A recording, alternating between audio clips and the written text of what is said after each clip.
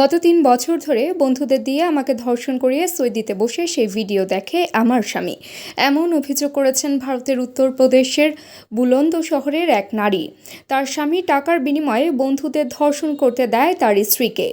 ভারতীয় সংবাদ মাধ্যমের খবরে বলা হয়, অভিযোগকারী নারীর বয়স ৩৫ বছর। তিনি বর্তমানে ১ মাসের গর্ভবতী। ওই নারীকে ২০১০ সালে বিয়ে করেছিলেন তার স্বামী। তাদের সংসারে ৪ সন্তান আছে, 2 ছেলে ও 2 মেয়ে। সৌদি আরবে তার স্বামী গাড়ির মেকানিক হিসেবে কাজ করেন। অভিযোগ জানিয়ে ভুক্তভোগী ওই নারী বলেন, ৩ বছর আগে একবার নিজের বন্ধুদের নিয়ে বাড়ি আসেন তার স্বামী। সে সময় তাকে ধর্ষণ করতে অনুমতি দেয় বন্ধুদের। তার স্বামীর 2 জন বন্ধু এসেছিল।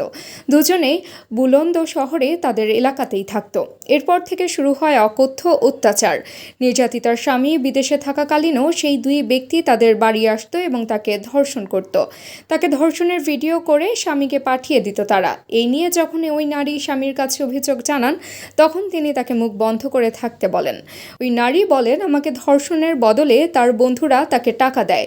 এতদিন ধরে আমি আমার সন্তানদের কথা ভেবে চুপ করেছিলাম। আমার স্বামী আমাকে বিবাহ বিচ্ছেদের ভয় দেখাতো।